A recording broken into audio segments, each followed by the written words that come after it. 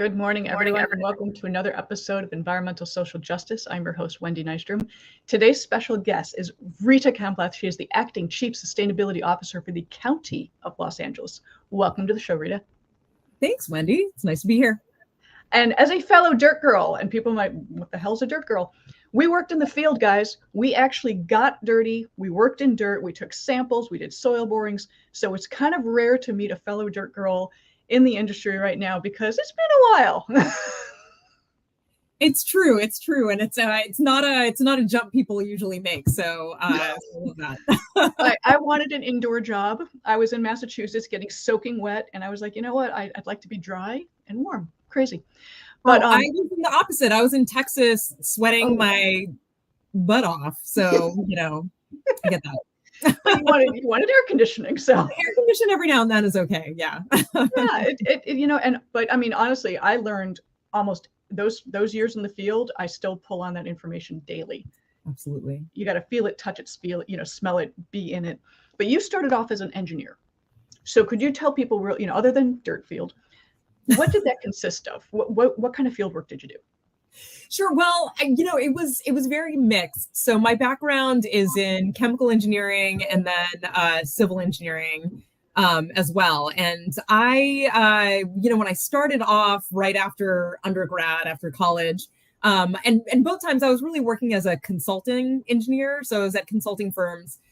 So it was really varied. I mean, it was just project to project. So I did have some field work. I also had work where I was very much in an office writing reports. A lot of our field work, in Texas especially was, again, being like sort of a fresh engineer, just kind of got thrown into everything. So like you said, sometimes it was soil boring, sometimes it was groundwater collection and sampling. Sometimes it was, being out in a stream.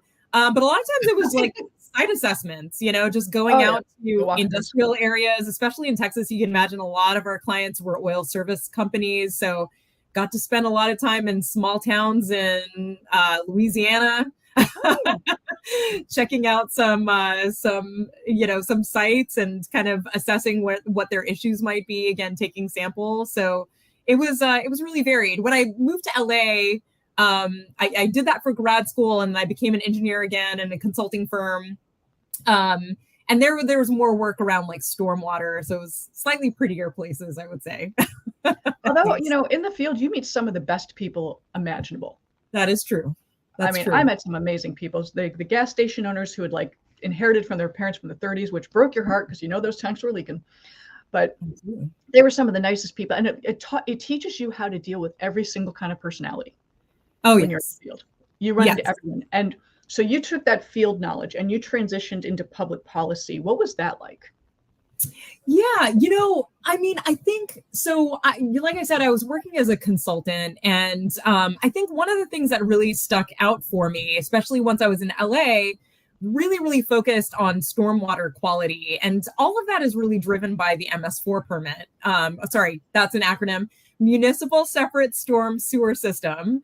For you folks, basically our storm drain system. It sounds like a really complex. We sometimes like to give very complex names for things that are actually quite simple. So if you go out into your street and you look at the grate that is in the road where your stormwater flows, that is the part of the MS4 system that you can see. But basically all that water flows out into a big network of drains, generally underground. And again, very simplifying everything, where it'll often in LA flow to our natural water bodies like rivers and streams, and then generally out to the ocean.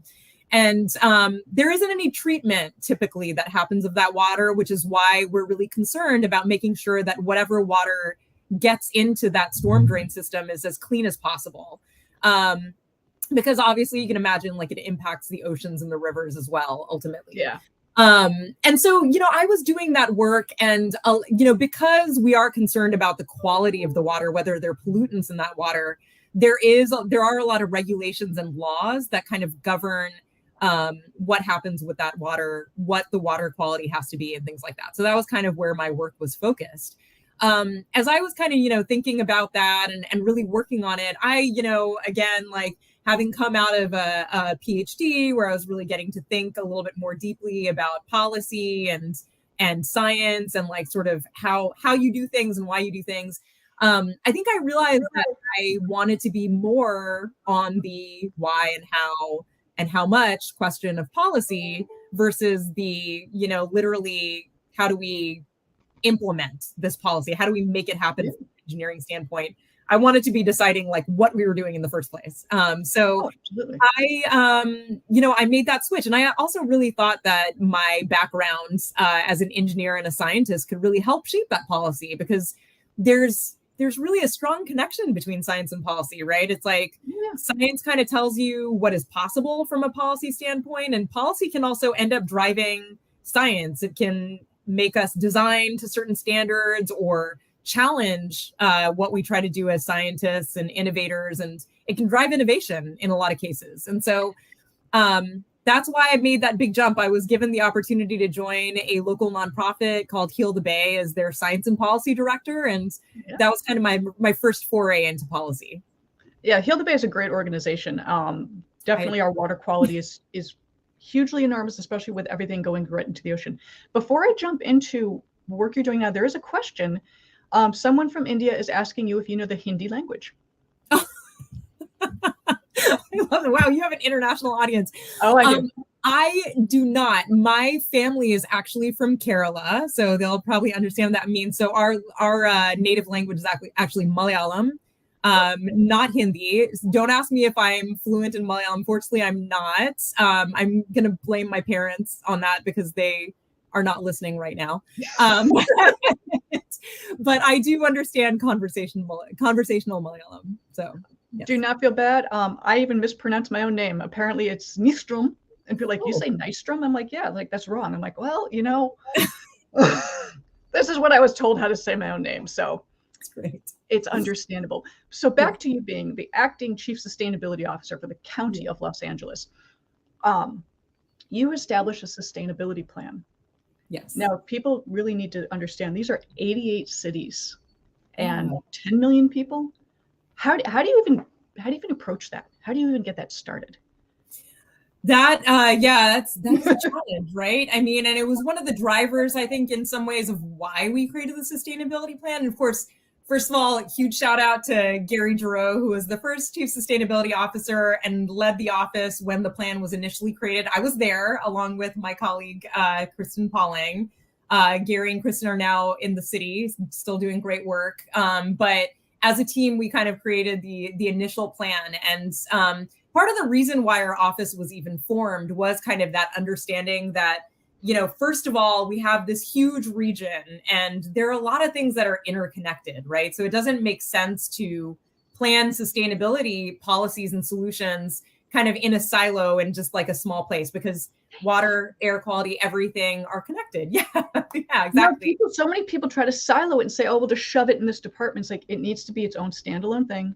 It does. It does. And also, that collaboration across the cities and with all the 10 million people of the region are necessary, because, if you look across LA, we look like we're just one big area. You can't tell the difference generally when you go from one city to the next, aside from the street sign sometimes. But it was a challenge, which is, I think, why one of the things we leaned heavily on when we were creating the plan was the stakeholder engagement process, community engagement. That was a huge, huge effort when we were creating the plan. So, that meant that we did city summits to engage the cities. That's something we're actually continuing forward even after the plan has been adopted. We also partnered with local community-based organizations to help us bring people to the table through their expertise and their knowledge of their communities, to kind of, bring more people, especially people who maybe necessarily didn't engage in sustainability issues. And we also just made sure that we had as many resources as possible to really bring more organizations to the table. So, we didn't want to just be talking to the folks who normally talk about water or air quality issues. We wanted housing experts and social equity experts as well, just to bring all of that to sustainability, make it really comprehensive. Yeah. Yeah. And also the effective communication, because a lot of these organizations, as I've said many times, the scientists, the engineers, we all speak a certain language, but when we need to engage the community, we got to start, that's why I always say no acronyms, no jargon, Yes. because we need to start effectively communicating, because the time is now to make that change. Yeah, And that's what absolutely. you guys did, especially bringing housing. I would like to talk about equity and Yeah. social justice, and how you're approaching that within your plan. Yeah. Yeah. I mean, I think what you'll see, first of all, we made a conscious effort, I think, starting again with the stakeholder engagement process, and when I said bringing resources, I mean, like, literally stipending people to come to our events. Because again, we're asking them to engage in things that they don't necessarily always talk about, maybe slightly outside of their mission. So we felt that it was only fair to get to, compensate them for taking that time and lending us their expertise. So that was a really important piece of bringing that lens and that expertise into the plan, which hopefully you see throughout the plan. So you'll see there was also like a very specific definition of equity, and we wanted to make sure that that was included in the plan so people knew what we were talking about. And once we had that defined, really try to put it throughout the whole plan and make it a part of how we implement the plan as well. So it's not just looking at where resources go, sort of that distributional equity, but also the procedural equity of actually making sure people are involved from the beginning in planning and talking about these efforts. So hopefully it's something that you really, as you read the plan, you see it kind of just really woven into every action of the plan. And it's easily found, folks. Just go to the Chief Sustainability Offices for the County of LA. It's right there front and center. Click download. It's very easy to find. One of the things that people do struggle with, and it's not just sustainability as a whole, they may not understand the language. Heat is an issue that we're now seeing. We're seeing dry conditions everywhere, high accelerated heat everywhere. And I know the county's working on trying to lessen that heat exposure. Can you share with us some of the ideas that you guys are working on? Yeah. So, you're right. That's like one of the big challenges that we faced. So one of the first things that we did after the plan was adopted, because it was named as a priority, was to create a climate vulnerability assessment for the county, because we really knew that we needed to start planning around those climate impacts. And of course, heat was one of them. And that's also on our website if you want. There's kind of a cool mapping tool that you'll be able to see. And you can see actually areas in LA that are going to be, more vulnerable to heat in the long term. And so part of the goal of that, again, was to use that for planning. So that was kind of like a first step. And now building out of that, there have been a few things that have come out of that. First of all, we are going to be launching like a climate resilience initiative in our office. It's Very not cool. something that it's not like a new thing for us, but it is something where we felt like we really needed to take more of an organized approach, kind of similar to how our office was created to create like sort of a comprehensive, organized approach to sustainability through the county. We want to do the same thing with climate resilience. And extreme heat is kind of one of those key areas where we think that our office will probably really lead on. Because again, we have our wonderful colleagues at our parks department who are planning parks in a really equity-focused, comprehensive way. We have our colleagues at Public Works who are dealing with flood issues very intensively and, managing our extensive flood system, stormwater system. But extreme heat is one of those things where doesn't fall neatly into anybody's mission. So that's why I think that our office would probably be leading on that. But so there are a few things right now. We're just kind of getting that started, but we're part of some research studies. We're also hoping to do a heat action plan. That would kind of be one of the first new comprehensive steps that we do. Again, like take that time to really look holistically at the county and what needs to be done in these high heat areas that we identified through the climate vulnerability assessment, and start to put together a plan and prioritization for that. And that could include all sorts of things like, shelters, different shade structures, like cool pavements. We are currently working on an urban forest management plan. And that will definitely be a huge part of our heat strategy. We know that trees are multi-benefit, and among the many benefits they provide is protection from heat as well. Could you explain real quick what cool pavements mean for people who may not know? Yeah, sure. So it's really interesting. I mean, I think that if people are walking around on a hot day, they probably may notice, especially a hot day, they may notice that they feel heat radiating up from the surface to them. And it's because the pavement that we use on is meant to like tends to reflect and absorb that heat, gets very hot. You're gonna also just like picture yourself walking barefoot on a sidewalk. You'd probably be like, oh, I don't want to do that. Or like a black parking lot or something like that. That would hurt. And that's because those surfaces really capture that heat. With a cool pavement, they would reflect the heat. So you wouldn't have that sort of like very hot surface that is like just radiating that heat off. And it's been shown that surfaces like that can actually help cool down a city and decrease what we call urban heat effect, right? That's why our cities tend to be hotter than even surrounding areas. Even if the ambient temperature is kind of the same, you'll see that there are like very hot spots in these like highly paved areas. Oh, absolutely. And, if you have a dog, please do not walk them on this. They don't have shoes and their paws are not going to protect them. Yes. We see that a lot. And I see the little puppies jumping and they don't, I mean, you don't think about it. People don't think about it, but it gets very hot. You're not going to walk barefoot on it. Don't expect your dog to. Or get your dog to.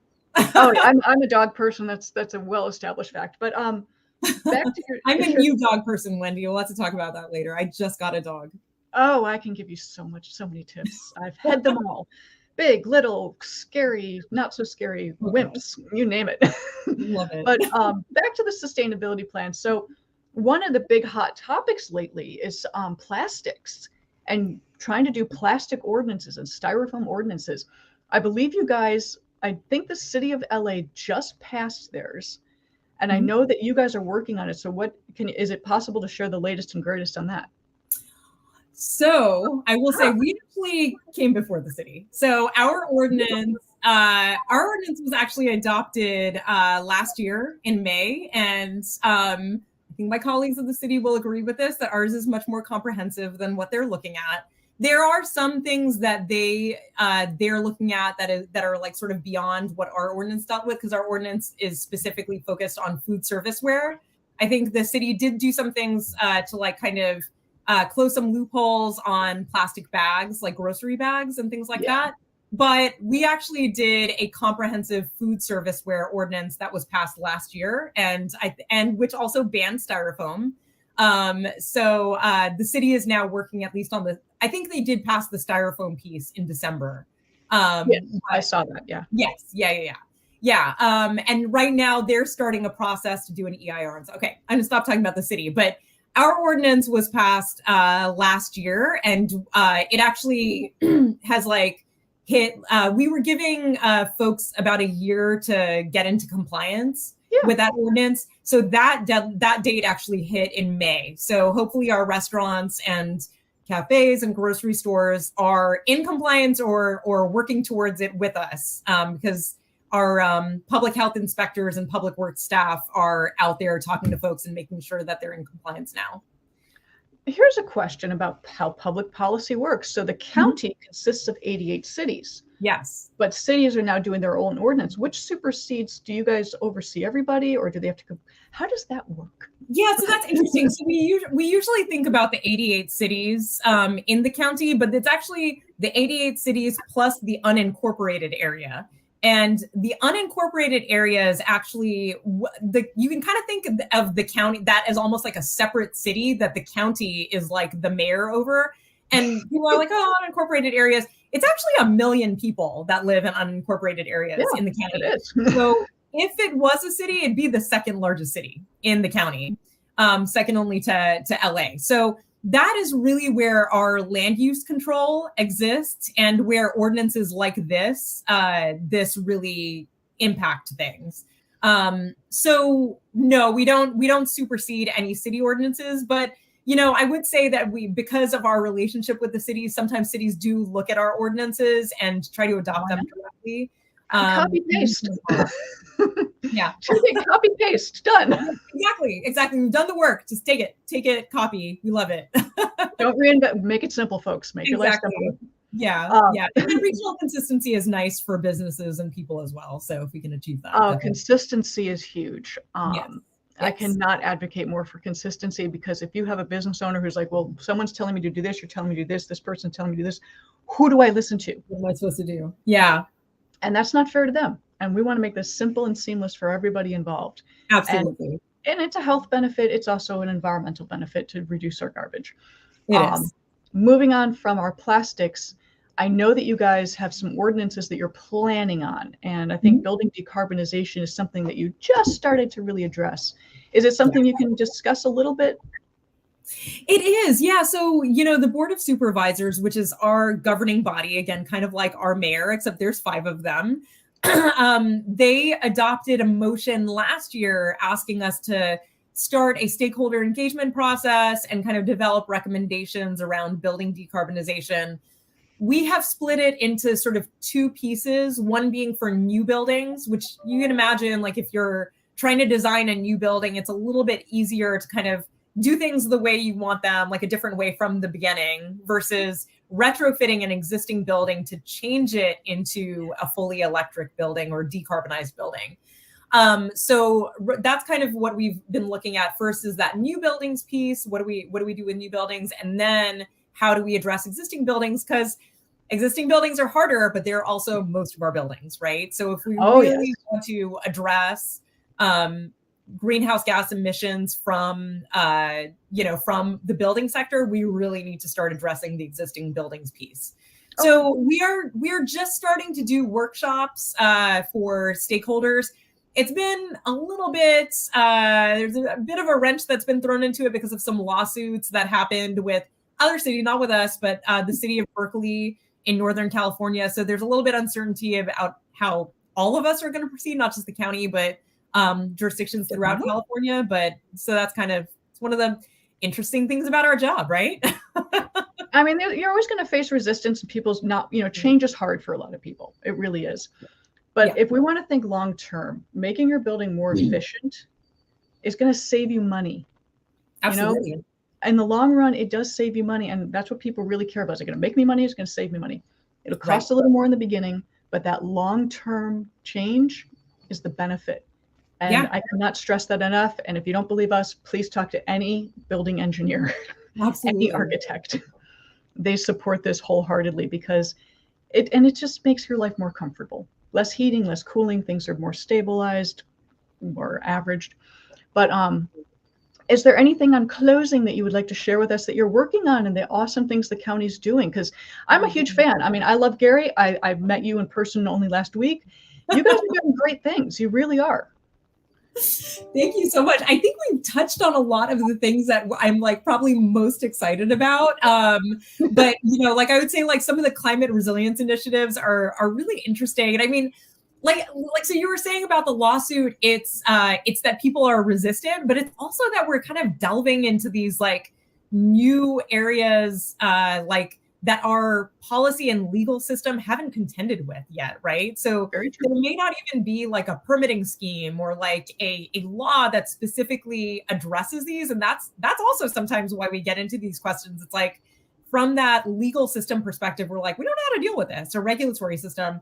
And that's one of the things that's kind of interesting about this is like, I think that as we're thinking through climate resilience, we're really thinking about redesigning systems beyond just our built environment, but also, from a policy standpoint, governance, like how we develop projects, design projects, like what values sort of drive what we're doing. So I think that's what's kind of exciting to me is like, it's really like a pretty broad, it could lead to pretty broad change. I like being part of that. But in that I mentioned the urban forest management plan. I'm really excited about that. It's so cool that we get, that's through a grant from the state. Oh, I think it's like any of these things where, there's a chance to really kind of just change the face of our region, and especially some of our lower income communities, which have historically not had we talk about shade equity, right? Like, so, bring the trees back. Yeah, some of the communities tend to also not have green spaces and shade. They tend to be hotter. And so the urban forest management plan is kind of one vehicle for us to start really identifying those gaps and figuring out how we're going to address them. So I'm excited about that. It's also going to have like a big stakeholder engagement process. So people in the LA region can look out for that, and community meetings that they can plug into as well. And that's actually something that we're doing in partnership with the city of LA. So it's, if you're in the city, not just unincorporated, you might see some meetings coming forward too. So it's exciting. Oh, that's fantastic. I mean, what you guys do has to be rather rewarding because you're helping people. You're making this a more livable place to be. And you have, I mean, some people don't like change, but some people thrive on a different day every day and something new to figure. It's a puzzle. Yes. Yes. And that can be really exciting for some people. And again, not everybody's going to love it, but most people do. Oh, we do have one question. Just the county of CS providing technical expertise to cities as Culver City. That's a long one. We will get to that one in the aftermath. That went on, not enough time to go through that one. Okay. But, I went on like this, and I'm like, okay, I generally don't read the comments during a live show because some of them can be long, and we can answer that in the after questions. No problem. No problem. I heard something about technical expertise for cities. We actually, like I was mentioning, we have continued our cities engagement bi-monthly. So that is actually something that we would like to do more of as like our office and the county mission. I think you'll hear people, we are asked to provide those technical resources because we're a well-resourced county in a lot of ways, have great like engineering and planning and other expertise. So versus some of our cities, which may only have like tens of thousands of people, right? Versus 1 million, 4 million, whatever. So it's, we have like such a wide range of jurisdictions in our area. But also sharing the knowledge, being the county, all of that is available. People can grab the reports, check it out, and see how it fits into your city. Absolutely. Absolutely. No, and that's the beauty of what you guys do. So Rita, I thank you for your time. This has been extremely educational. Thanks. What you guys are doing is amazing. And open invitation to come back anytime you want to talk more. Thank you so much. It was fun. It was a good way to start off the morning. Absolutely. No, this has been great. So thank you so much. I'm Wendy Nystrom, your host with Environmental Social Justice. Rita, thank you again. That is the County of Los Angeles Chief Sustainability Officer. We will talk to you again next time. Have a great day, folks. Thanks.